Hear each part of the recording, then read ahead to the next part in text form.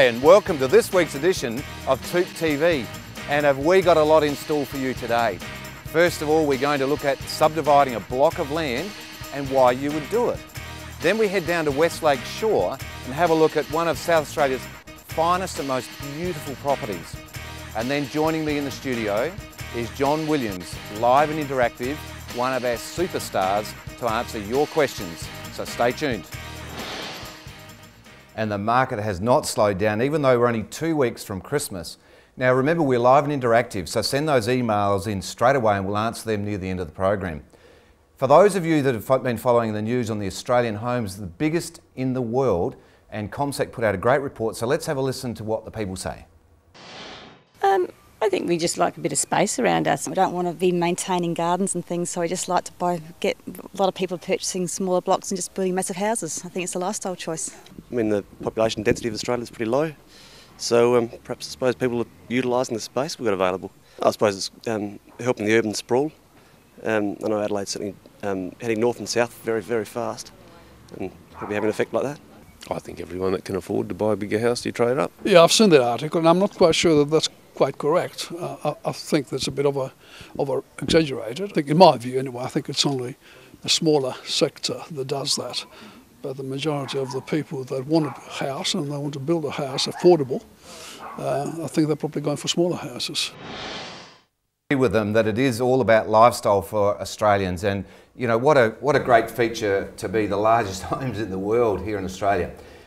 We had a bit of a surprise during the week. The Apprentice, those of you who've been watching a bit of TV would have seen the program called The Apprentice. We had the winner, Andrew Morello, in our office, and Sam Hooper, and they did a bit of an ad for us really, so let's have a look at what they had to say.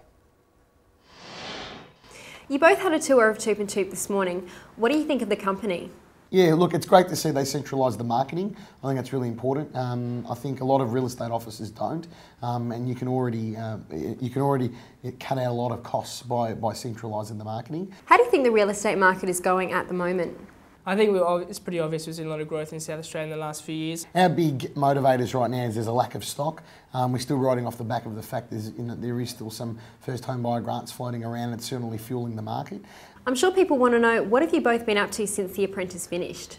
Personally, I'm just a PR wheel right now, so I'm still calling auctions. I've got 13 auctions booked between now and Christmas. I'm calling 4 this weekend, and I'm still listing and selling real estate up until Christmas Day, and then I'll be setting my sights on Sydney, and I'll be heading up head of business development for the country for Yellow Brick Road Wealth Management.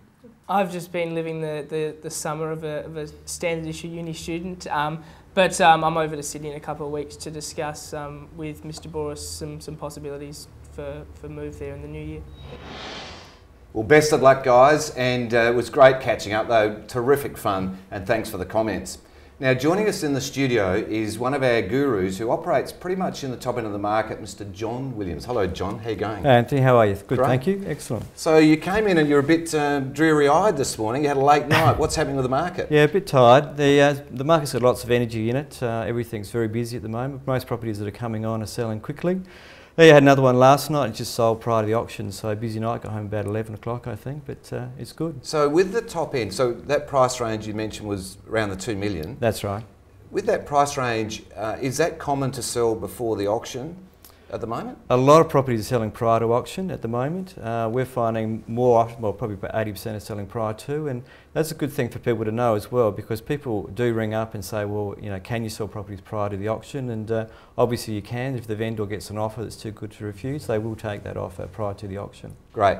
Now, the big question that a lot of people are asking this time of the year, do you move or do you renovate? Yes. When it comes to a home that, you know, it's not the largest one in the world and you're looking for a bit more space? Well, it's a good question, you know, and it's a tough question. If you love where you're living and you're up to renovation, then it's obviously a good thing to do. But you've got to be in it. Your partner's got to be on side with you. It's something that you want to do together, because it can end up in tears. So there's a bit of risk involved with renovations, and it can take a long time. You know, to renovate a house properly can take up to 2 years of your life, and there's an effect on your family, your relationships, and what you're doing day to day. And also you've got to be very aware of your budgets and keeping those under tight control. So it sounds like a bit of an ad for we real estate agents, but Yes. You've had a lot of personal experience. Yes. Just talk to me about the money side of it. So if you were to move, you're up for stamp duty, which is about 5%, then you're up for your commissions for the sale agent, Yes. and then you've got the hassle of that. How does that compare with renovating? Well, renovations can cost anything depending what you want to do. I mean, bathrooms and kitchens are the main expenses when you're renovating a home. And obviously if you're putting on an extension as well, then you're looking at councils and council approvals and things like that. But most people will run over budget. I mean, that's the most common thing. They'll set a budget of maybe 150,000, and when they actually add that all up at the end of it, it'll be more like 200 or 250,000. It's very, very easy for people to run over budget over a 2-year period. And then of course you end up with the issues of possible overcapitalising what you started with. So very quickly on overcapitalising, as in too much money spent in the wrong spot. Very easy to do. Much easier to just go to another house, obviously, that's all done the way that you like it and move straight in. There's no hassles for you, your partner or anyone else.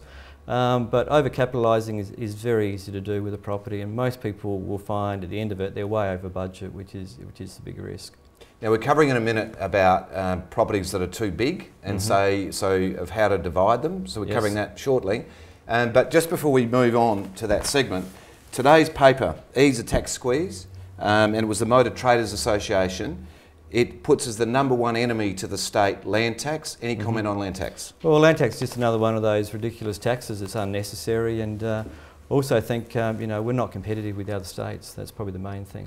Okay, so let's go and have a look behind the blinds and see what's happening out there in real estate world.